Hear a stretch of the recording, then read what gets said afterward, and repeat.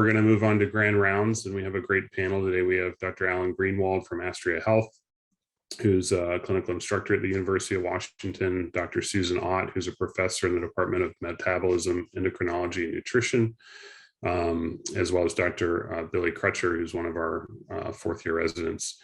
The topic today will be the impact of osteoporosis in orthopedic surgery in 2021, and we'll let you guys lead it off. Thanks so much. Thanks, Dr. Iannuzzi.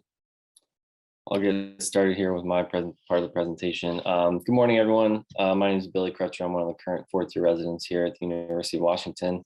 And today we'll be discussing the impact of osteoporosis on orthopedic surgery in 2021. We don't have any disclosures today. So although as orthopedic surgeons, we aren't typically dictating the medical management of osteoporosis, we are confronted by it on a regular basis.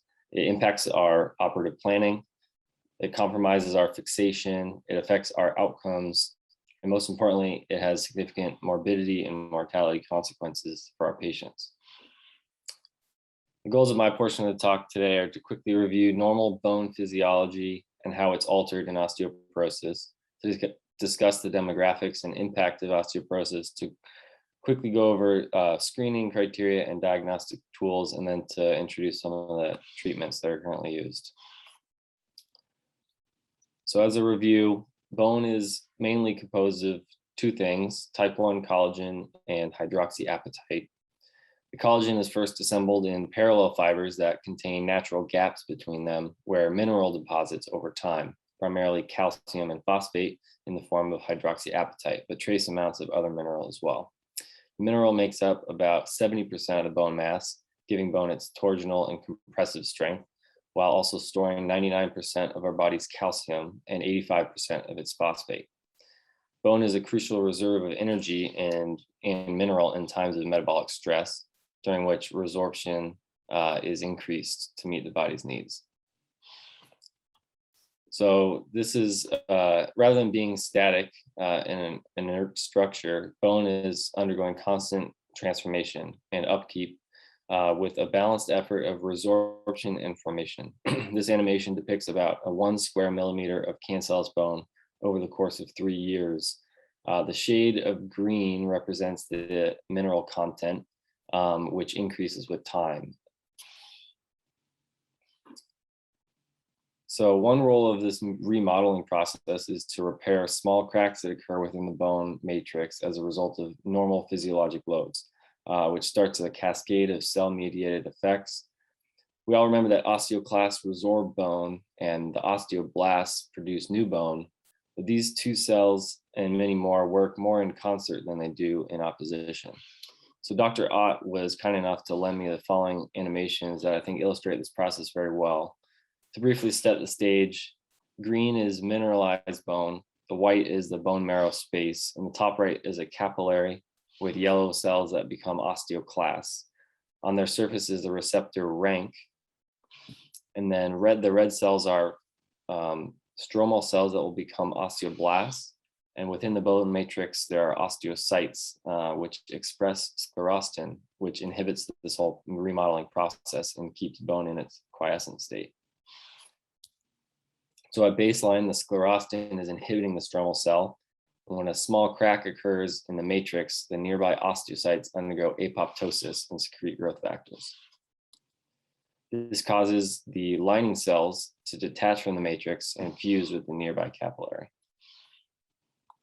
The growth factors secreted by the osteocytes also cause the stromal cells to proliferate and form early osteoblasts. The osteocytes and pre-osteoblasts express rank, shown here as the blue square, which attracts the yellow pre-osteoclasts and signals them to fuse and form an osteoclast. The osteoclast then resorbs the damaged bone, thereby releasing more growth factors, including insulin growth factor and TGF-beta, which in turn activates the pre-osteoblasts. After about 2 weeks of resorption, the osteoclast undergoes apoptosis. However, if there are low amounts of estrogen, such as in menopause, this osteoclast apoptosis is delayed and bone resorption continues on for longer. In the meantime, the pre-osteoblasts are signaled to shut down the process, and they start blocking rank ligand by secreting the molecule OPG. After apoptosis of the osteoclast, the pre-osteoblasts mature and become osteoblasts that go in and start laying down new fibers of collagen, also known as osteoid or unmineralized matrix. Seen here is the red stripe. Over time, hydroxyapatite and other minerals deposit within this organic matrix, forming mature mineralized bone, a process that can take up to several years. Some of the osteoblasts stay behind and become osteocytes, and some become lining cells. So if we zoom out to a single trabeculae of cancellous bone, we can see this process unfold on a larger scale.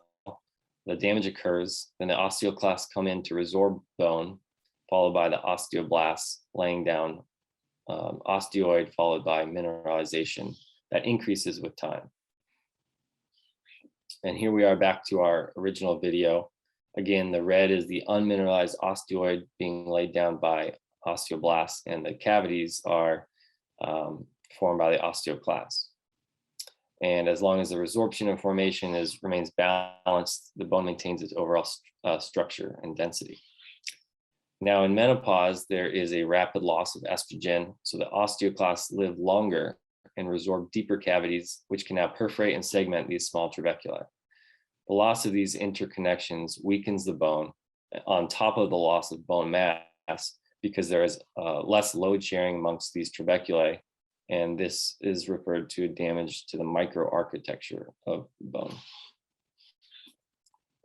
To zoom out even further, this image on the right is what we normally recognize as osteoporosis, where there's a loss of bone mass and, importantly, a compromised microarchitecture. And the loss of bone mass is equal parts mineral and collagen, as opposed to osteomalacia, where the bone loses mineral, but not necessarily bone mass. Obviously, menopause is not the only cause of osteoporosis. Everyone is at risk because as we age, there is a gradual loss of bone mass over time at a rate of roughly 0.3 to 0.5% per year. So forming your peak bone mass during your young adulthood is therefore important in delaying the onset of age-related osteoporosis. Certain races are more at risk than others, and other factors such as smoking, alcohol, and a low body mass index can increase one's risk. A history of a hip fracture in either parent is a risk factor, but a personal history of fragility fracture is the most important predictor of future fracture.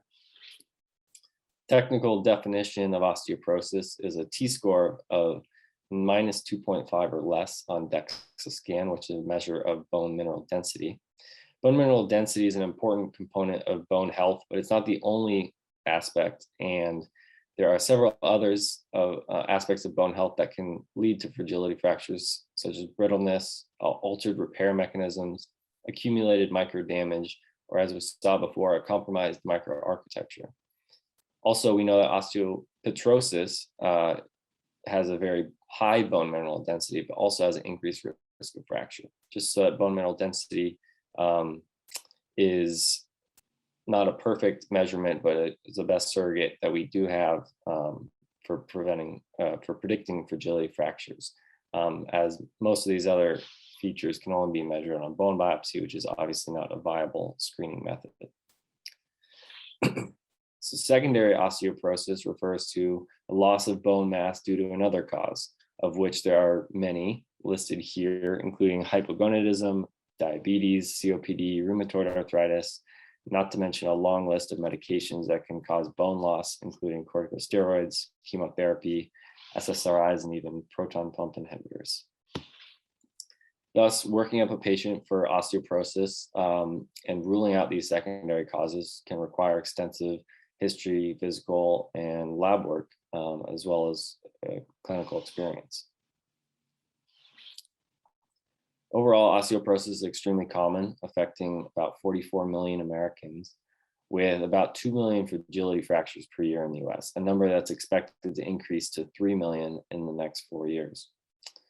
Up to 1 in 2 women and 1 in 4 men will sustain a fragility fracture in their lifetime. The fracture care alone carries a significant financial burden of estimated $19 billion a year, which is also expected to increase with time. And more importantly, a fragility fracture is a sentinel event. 21 to 30% of patients with a hip fracture will die within a year. And while that statistic does not account for people who may have died anyways within a year due to age or other conditions, it remains significant. And those who do survive are likely to require considerable help, with 40% still being unable to walk at 1 year and 60% requiring assistance with at least one essential activity of daily living. All in all, this puts a lot of stress on our hospital systems, our rehab facilities, the elder care system in general, and it really is a major public health issue. But if we can identify these patients and intervene with treatment and education, many of these fractures can be prevented. This retrospective study from Canada looked at 115,000 patients over 4 years and found that in patients who sustained any type of fragility fracture, there was a 1 in 4 chance of sustaining a hip fracture over that time. And of those who sustained a primary hip fracture, there was a 1 in 3 chance of sustaining another hip fracture. The 1-year mortality in their cohort was only 15%, but it nearly doubled if the patient sustained a second hip fracture, which highlights the importance of intervening after the first one. So hip fractures and distal radius fractures are what we most commonly think of when thinking of fragility fractures, but vertebral body fractures are the most common fragility fracture and arguably the most important. Sometimes they're painful, but often they're silent and frequently ignored. Women will often first complain of or notice a protuberant abdomen or loss of height as the first sign of progressive spinal deformity due to compression fractures. Issues with balance, posture, pain, and dysfunction occur as well. Beyond that, vertebral fractures are important prognostic finding. This 1999 study found that women with existing vertebral compression fractures had 4 to 5 times higher risk of further compression fractures and twice as high risk of a hip fracture compared to someone of the same age and bone density, which again shows that bone density is only one aspect of bone health, and some other aspects of these patients' bone is predisposing them to fragility fracture. So what do we do with a condition that's common and has significant morbidity and mortality consequences with a reasonable diagnostic tool? We screen for it. So the United States Preventive Services Task Force currently recommends screening all women 65 and older with a DEXA scan, as well as all postmenopausal women with at least one risk factor. This organization currently doesn't recommend screening for men, mostly because there isn't enough research about osteoporosis in men. But many other organizations do recommend screening men, and usually the age cutoff is 70. So DEXA scans use a small amount of radiation to measure bone density, and the output is usually a T-score, which is the number of standard deviations away from a young normal control, usually someone in their 20s. And the definition based on the WHO for osteoporosis, again, is 2.5 standard deviations or more below that. And then osteopenia or low bone density would be -1 to -2.5. The two main places to measure bone density are the L1 through 4 vertebral bodies and the hip, which is broken up into 3 regions, femoral neck, trochanter, and intertrochanteric region. And when combined, they make up the so-called total hip, which has been shown to be the best predictor of future hip fracture. The FRAX assessment is an easy online tool that helps predict the 10-year risk of major osteoporotic fracture, which is defined as hip, spine, humerus, or forearm, in the next 10 years. It also has a separate calculation for 10-year risk of a hip fracture specifically. Using this formula, an average 65-year-old white woman has a 10-year risk of major osteoporotic fracture of 8.4%. This is an example of a calculation tool. There's an app that can help you calculate this quickly, and you don't need a bone mineral density to get your output. So the decision to treat a patient often follows these guidelines, which are from the National Osteoporosis Foundation, include a prior history of fragility fracture, a T-score of minus 2.5 or less at the femoral neck, total hip or lumbar spine. And then also postmenopausal women and men greater than 50 with the following: osteopenia and a FRAX score of greater than 20% for major osteoporotic fracture or 3% for hip fracture. Then here's a quick overview of some of the treatment options. Estrogen, if given in the first 10 years after menopause, is beneficial and safe. Anti-resorptives such as bisphosphonates are the mainstay for older patients. Newer anabolics and monoclonal antibodies have generated some traction as well. So back to our animation, this is a patient who already has osteoporosis, but at 6 months starts to take estrogen, and you can notice that the resorption and formation balances back out and there's no further loss of microarchitecture. And here is an example of treatment with bisphosphonates. Bisphosphonates inhibit the osteoclast. So you can see as the, sorry about that.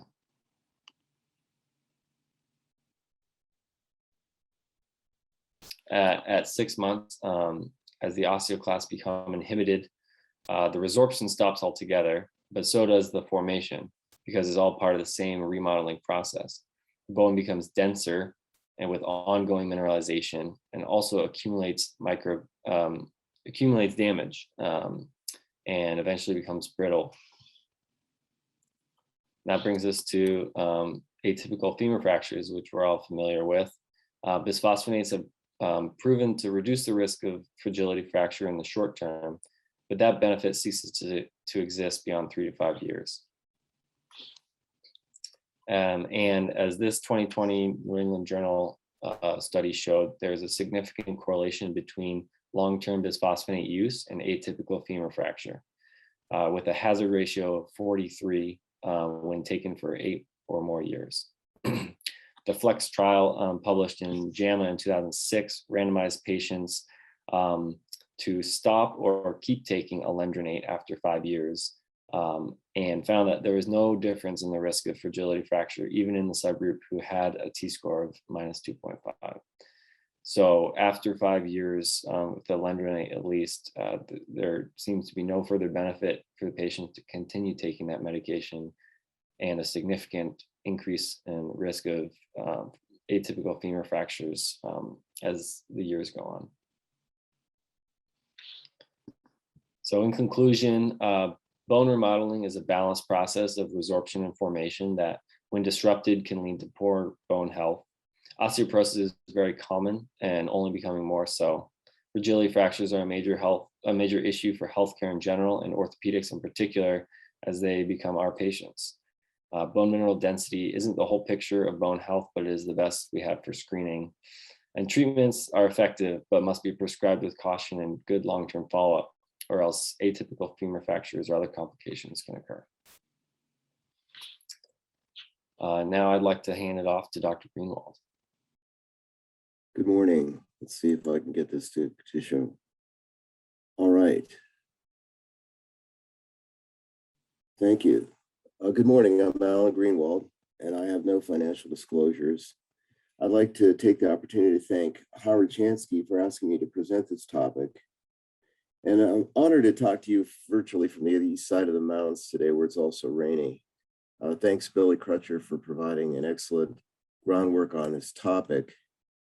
I started this project earlier in the year as a presentation on fragility fractures to primary care physicians. And later, when I was challenged to make this an orthopedic grand rounds, I felt a little embarrassed. After all, we're experts on osteoporosis. It's not a glamorous or sexy topic, but as the talk came into focus, I realized how incredibly impactful it was in my practice, and hopefully you'll agree by the time we've finished. And I'd like to acknowledge and credit much of this talk to your former colleague, Paul Anderson, who's now a professor at the other UW in Wisconsin. Thanks for the technical help. So I'll talk about how we're really doing with treating osteoporosis in our practices and present a strategy for addressing this disease. These are my objectives. I hope that you can recognize the impact of the gap between the osteoporosis diagnosis and treatment. I'd like to make sure that you understand a successful treatment model exists, and I'll discuss the concept of bone health optimization and present a risk stratification model. So why does this matter? Prior to fractures, osteoporosis is often asymptomatic. Like hypertension, it's a silent condition that often presents as a problem long after it starts. And the cause of our patients' fracture began years before we saw them. Their future depends not only on how we treat the fracture, but how we manage the underlying cause. As you can see, fragility fractures lead to secondary fractures and death without prevention. Fragility fractures are twice as common as heart attack and stroke, and 10 times more common than breast cancer. Like everything in medicine, if you're not looking for the problem, you won't see it.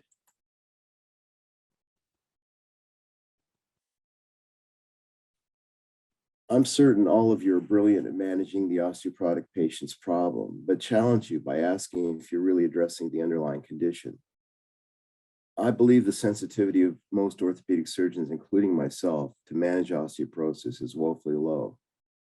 And fewer than 60% of orthopedic training programs have a formal education program. And this was from an article in JBJS Open Access just this month. And to make this clear, I was examining for the ABOS in Chicago about a week and a half ago, and I was presented with dozens of fragility fracture cases. I was struck by the poor recognition of the underlying osteoporosis diagnosis and failure to recommend further treatment. Most of the candidates said that the patient was going to be referred to their primary care physician for evaluation and treatment. Now let's see where that takes us. Ask yourself, how are you doing? What percentage of your patients were properly diagnosed or treated before or after you saw them? It's probably an optimistic statement to say that we achieve success at 20% in evaluation treatment of osteoporosis.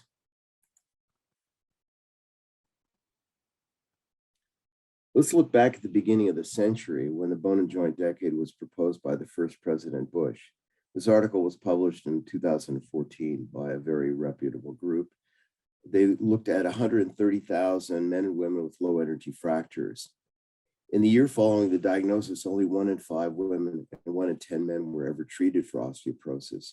And sadly, the treatment rates significantly decreased over the decade. Treatment rates were highest for patients with vertebral fractures, followed by hip, and lowest for wrist or humerus fractures. How did we do in the second decade? This article published in 2020 looked at 947 low energy pelvic fractures. It was startling. 96% never received a DEXA scan, 92% never received any anti-osteoporosis treatment, and 41% experienced additional fractures within 2 years, including hip and vertebral body fractures. And by the way, this data is the same for vertebral body and hip fractures as pelvic fractures.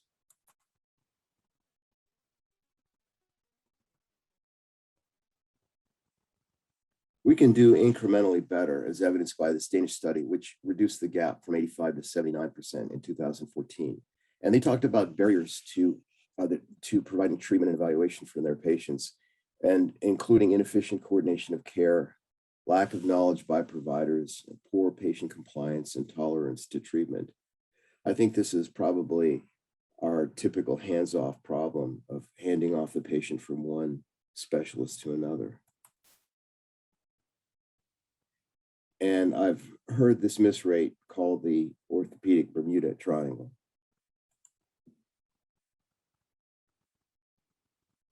Here's a model that was initiated by the AOA in 2005 called the Own the Bone program. It's a fracture liaison service. The idea is to capture all the patients who sustain a fragility fracture, and by that, instituting evaluation and treatment of osteoporosis to prevent secondary fracture. This program works best if the patients are in an opt-out program. That means they're automatically captured and only opt out if they're already in treatment or refuse care.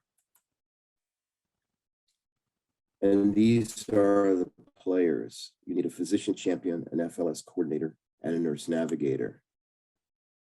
The physician champion could be an orthopedic surgeon, a rheumatologist, endocrinologist, or primary care physician. And you might agree that orthopedic surgeons are well suited for this position since we often capture the patients in fracture treatment. Again, the idea is to eliminate the gap between fracture and follow-up care. The second position is a program coordinator, a nurse practitioner, PA, with an interest in secondary fracture prevention. And this person needs to have the skills to facilitate patient education, such as fall prevention and management of medical therapy. And you need a nurse navigator, somebody who can coordinate the insurance coverage and jump through the hoops for RX verifications and schedule referrals to providers.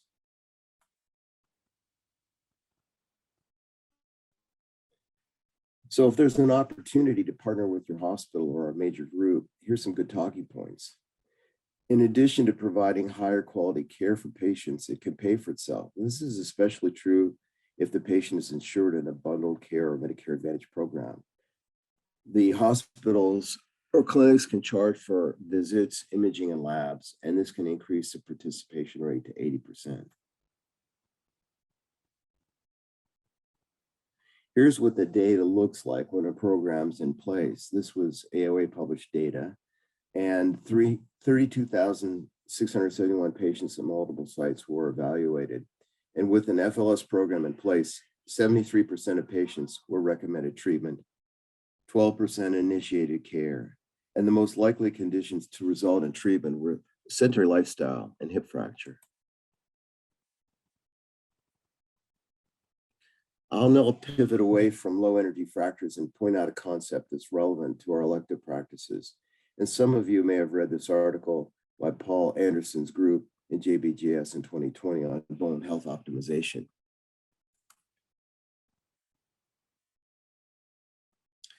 So I'll ask another question. Why should we be concerned about osteoporosis in our elective practices instead of just looking at fractures?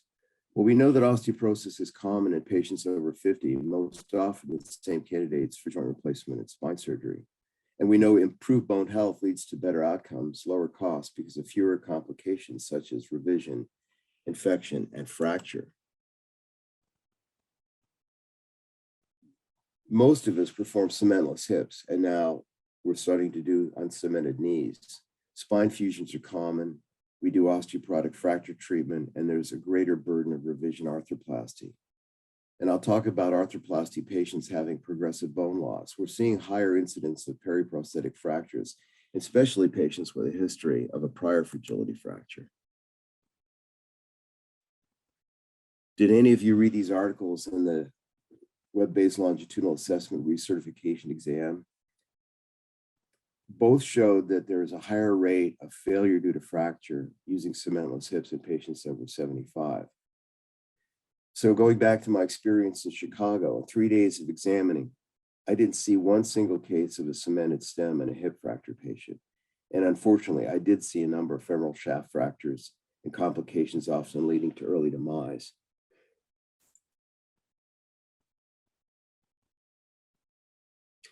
So it looks like some people are reading the literature or figured it out the hard way. This article found that high-risk patients were more likely to receive cemented stems in bundled care plans. And I hope that the faculty can teach residents how to cement stems when it's appropriate.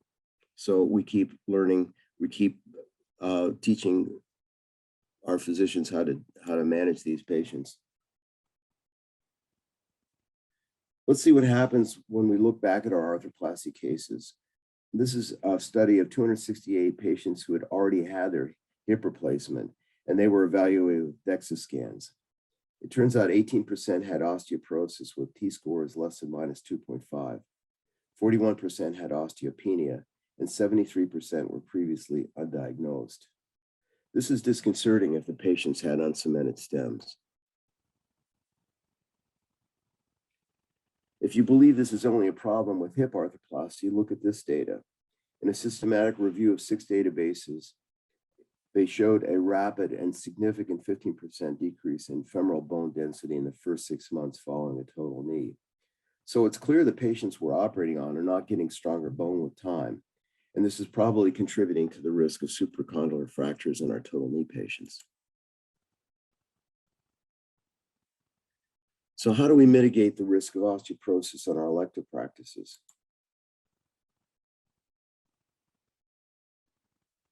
We already talk about risk stratification in joint replacement, looking at cardiac risks, glucose metabolism, and BMI, and smoking.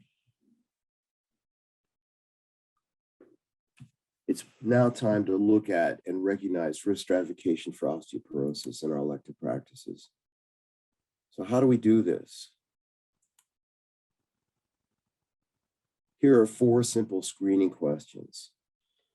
Is your patient a female over 65, a male over 70? Does your patient have a history of a fragility fracture or a FRAX without bone mineral density greater than 8.4% 10-year risk of fracture? You can download a FRAX tool app on your phone when you get a chance. It's very easy to use, as Billy showed you. And in a personal communication from Paul Anderson, he studied 628 patients and found the screening tool for osteoporosis had a sensitivity of 1.0 and a specificity of 0.61. And if a patient is positive for any of these factors, get a DEXA scan and add the bone mineral density to your FRAX calculator to get the T-score. And then we treat. And I'll go over these quickly, but we talk about risk stratification and modifiable factors in joint replacement, such as weight reduction, improved glucose metabolism. But what can we modify with this disease? We can talk about vitamin D and calcium supplementation, exercise, reducing alcohol and coffee consumption, quitting smoking, and improving diet. And in patients who have a low T-score, FDA-approved pharmacotherapy. I'll take a side route for a moment and shout out for vitamin D. Vitamin D deficiency is extremely common in the US. And I like this quote from Robert Heaney at Crichton, which when he said vitamin D makes every cell the best it can be. I picked that up from Lynn Kohlmeyer, who's a bone health endocrinologist in Spokane. This is what happens when patients have low vitamin D levels. In levels below 20 nanograms per ml, we see increased fragility and stress fractures, post-op infection and pain, poor spine fusion, and delayed fracture healing or non-union, and surgical site infection.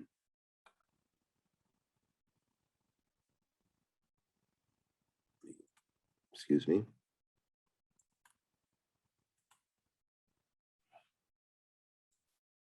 In addition to improving calcium absorption in the gut, vitamin D is necessary for normal macrophage activity and inflammatory response.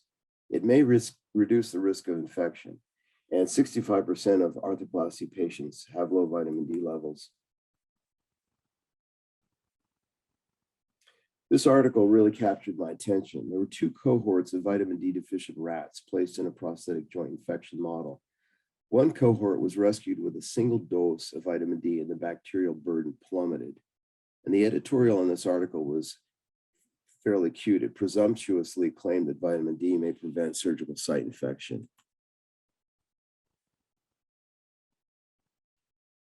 I used to obtain vitamin D3 levels in my pre-op lab draw. Now I just tell patients to take 1,000 units a day as soon as I start seeing them preoperatively.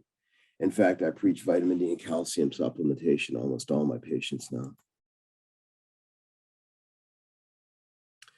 So what about FDA-approved pharmacotherapy? Again, I'll just breeze through this quickly because I'll let Dr. Ott talk about it. They're the bisphosphonates, parathyroid hormone-like drugs like Forteo, which affect calcium and phosphorus metabolism. And more exciting now, the monoclonal antibodies like denosumab or Prolia, which inhibit rankle, and Romosozumab, Evenity, which is a monoclonal antibody inhibiting sclerostin, which Billy talked about. And sclerostin inhibits osteoblasts and bone formation. It's exciting to think that Romosozumab may have a dual role of increasing bone formation as well as reducing bone resorption. Although the early results are promising, we should probably wait for further outcome and risk data.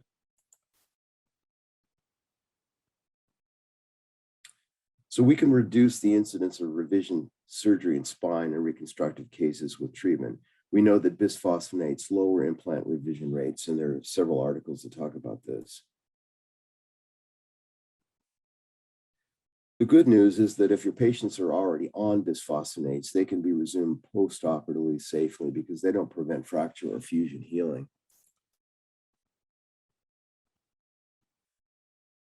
So does risk stratification work? This is a study of 124 patients referred for preoperative bone health optimization. And 45% of women and 20% of men had low T-scores minus 2.5. Only 3% of women and 10% of men had normal bone mineral density. So screening is an effective tool, and treatment was facilitated by the FLS model. Of course, there was selection bias in this study. So if you're looking for the problem, you're more likely to find it.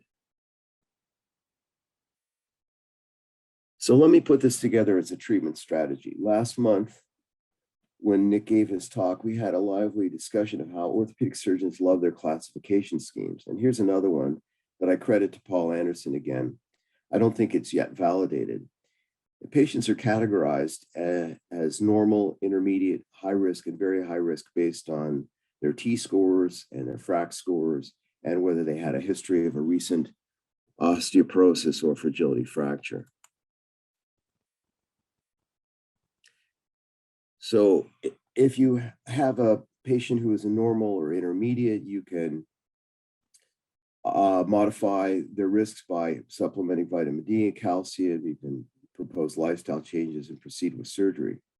But if a patient is in the high risk category, in addition to optimizing vitamin D and calcium, you may want to start FDA-approved therapy and proceed with surgery with caution.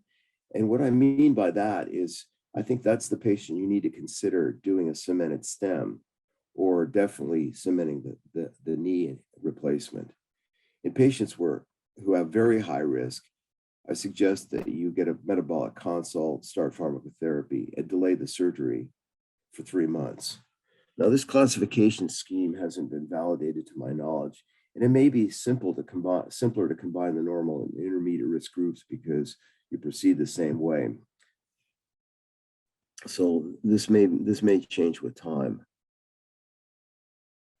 And why do we wait 3 months? Well, there's histologic evidence to suggest that there's increased bone mineral density within a few months after treatment. The FRAX numbers don't move quickly, but strength may be improved. And here's an example of a histologic study of improved spine surgery, spinal screw pull-out strength using a alendronate treatment model and a porcine spine fusion study where 10 milligrams a day were given to these pigs for 3 months, and there was increased bone or screw pull-out strength. So let me give you a clinical example from my practice. This is an 85-year-old woman who presented with bilateral hip osteoarthritis. As soon as I saw her, I started her on vitamin D and calcium preoperatively. This is a FRAX score. She had a major osteoporotic risk fracture of 19. I felt that the safest plan would be to do a cemented stem for her. And so I cemented her stem, and I used a dual mobility cup since she had a very stiff spine, and her lateral sitting and standing sacral tilt didn't change, but that's another topic for grand rounds. And she's done very well without any thigh pain or instability. I slept very well after doing this, and she was set up with a DEXA scan to complete her workup. So here are some takeaway points.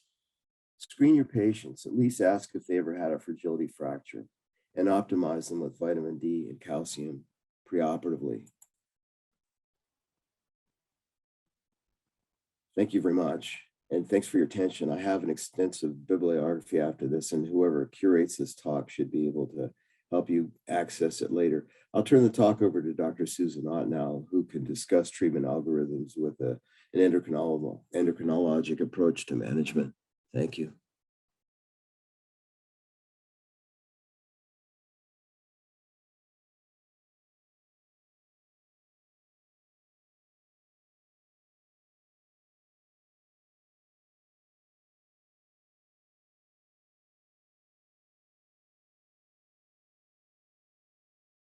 Okay, so I'm going to be talking about osteoporosis medications in orthopedic patients.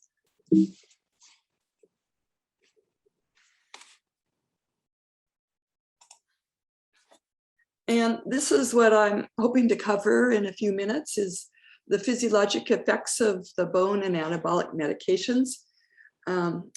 And these include parathyroid hormone receptor agonists, which are teriparatide and abaloparatide, and the sclerostin inhibitor, which is romosozumab.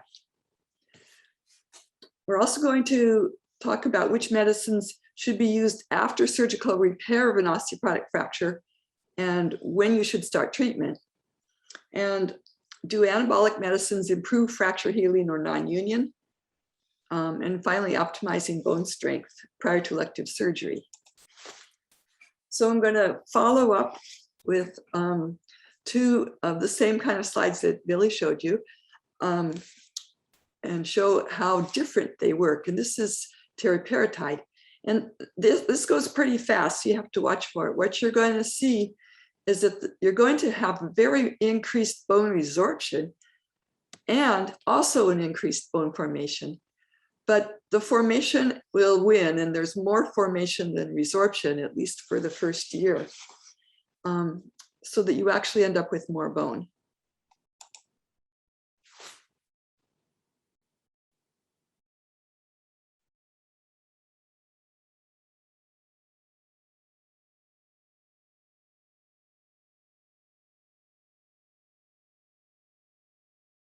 And you might remember that the shading of green is representing how mineralized the bone is.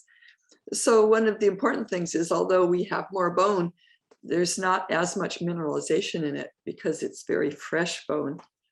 And if we give an anti-resorptive medication at this point, you'll further increase the strength of the bone as you deposit calcium in, and that'll take a few years. Now, romosozumab is different, and the reason it's different is that you're not resorbing bone. It blocks both the resorption and increases the formation. So you get nothing but a positive response. However, the response to increase the formation is very brief. So what you're going to get is like a blast of formation, and then it comes back down again by a year. So here we go. After 6 months, we start. This is just what it's like. Now we start treatment.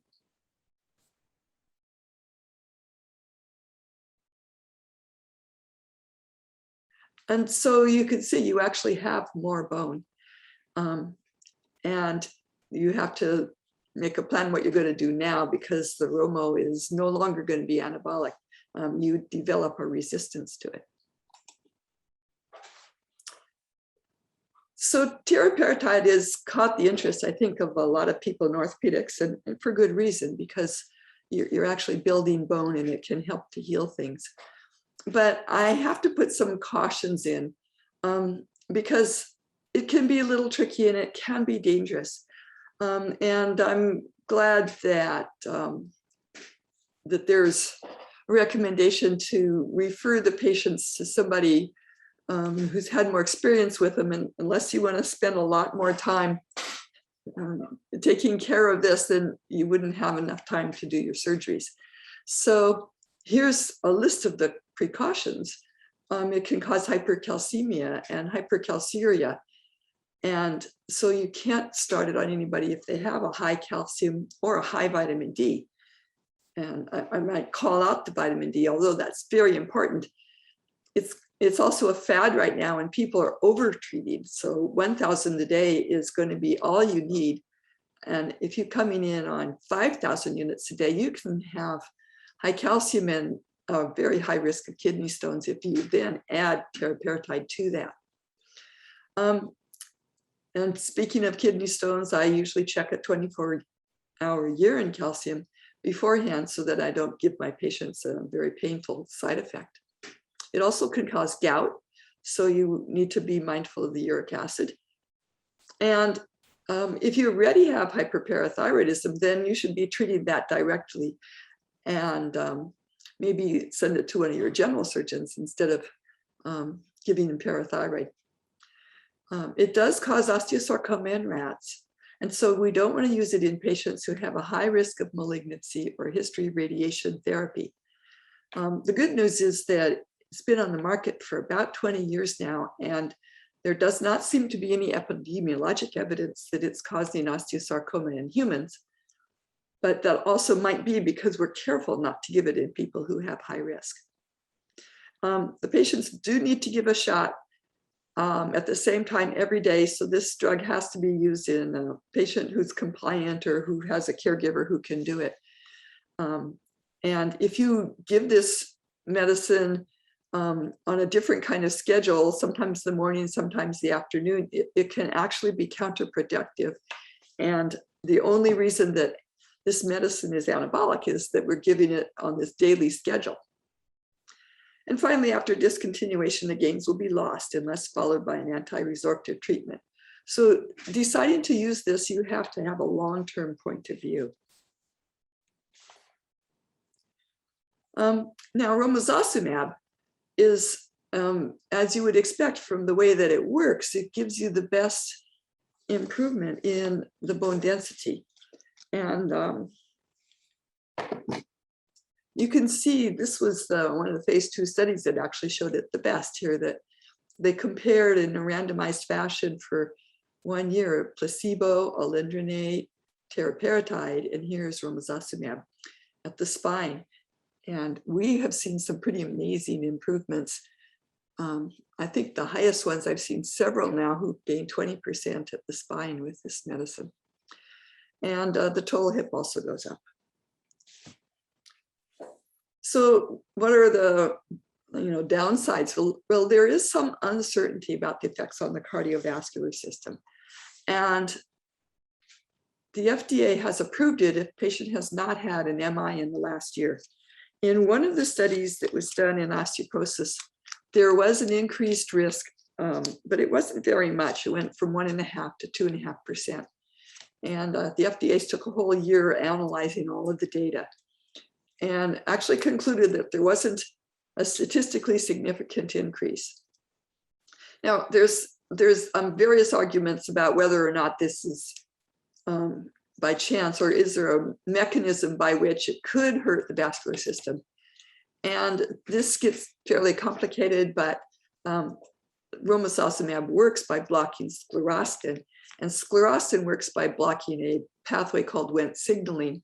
And that pathway is also important in your vascular system. And if we inhibit it in the bone, then we might increase bone formation, but that means we might increase cardiovascular calcification as well. So I think that's the one thing we're going to have to get more evidence about. And if you have a lot of vascular calcifications, and that's particularly going to be in people with kidney disease, then I would not yet use it until we figure out how safe it is. The perhaps good news is that in most normal people, the sclerostin is only expressed in your bone, and it's not really expressed in your vascular system in the normal state.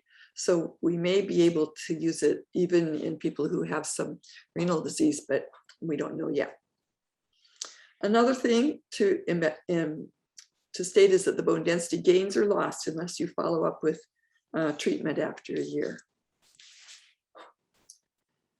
Okay, so treatment of an osteoporotic fracture, and in the time left, I really can't go into very much detail.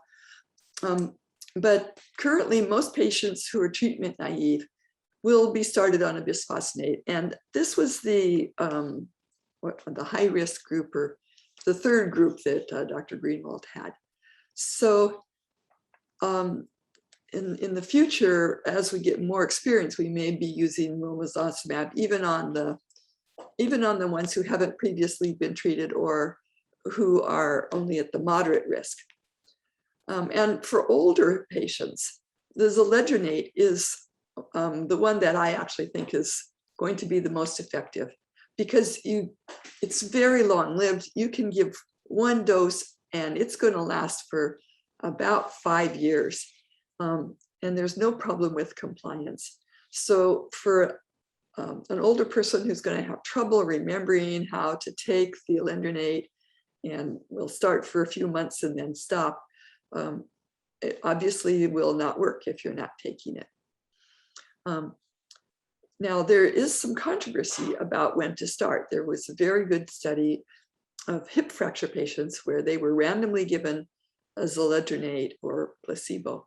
And in the group that was given it within 2 weeks of the surgery, the medicine was less effective.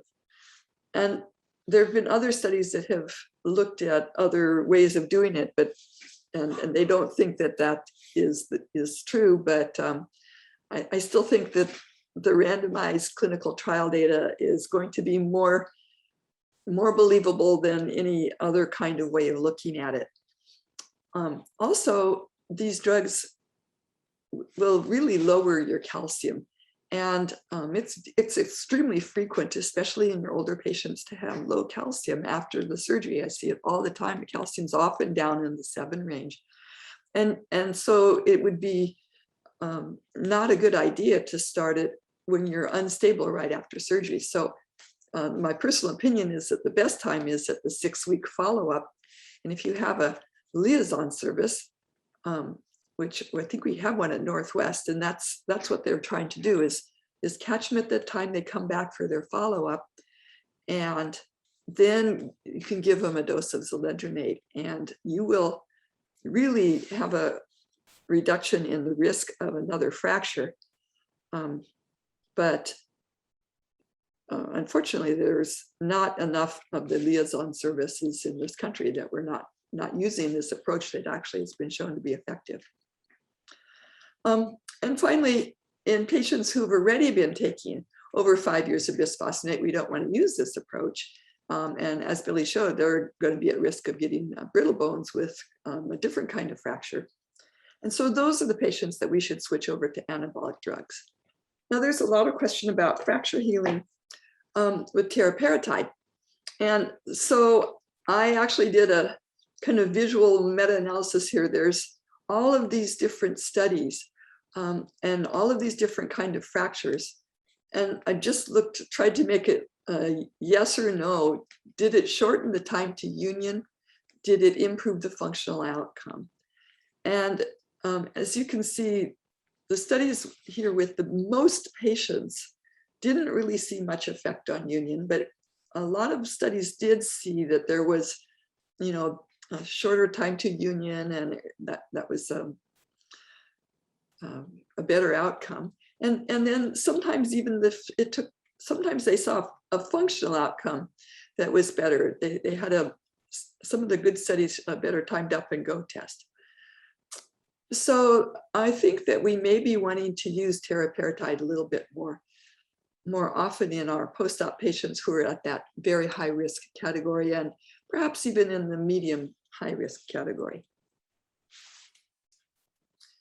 Now, what about stress fractures? Now, stress fractures are a different kind of fracture. They're not caused by fragility as much as they're caused by repetitive damage. And you accumulate the cracks, you accumulate micro damage. And so if you think about the way the medicines work, giving bisphosphonates or drugs that are anti-resorptive are only going to exacerbate that. And this was actually documented by a study done in the military where the recruits who were randomly given risidronate, which is a bisphosphonate, actually developed more stress fractures than the control group. On the other hand, teriparatide is going to work by dissolving away the damaged bone, because remember that one increases bone resorption as well. So you're going to resorb the damaged bone and then fill it in with good bone. And so now there have been several studies showing that stress fractures really can help to improve this. But there's not as much in the literature as you would think for how much people are actually using it. And this was one study that's quoted all the time, but you can see it's actually a pretty small study. There were only 13 people in it.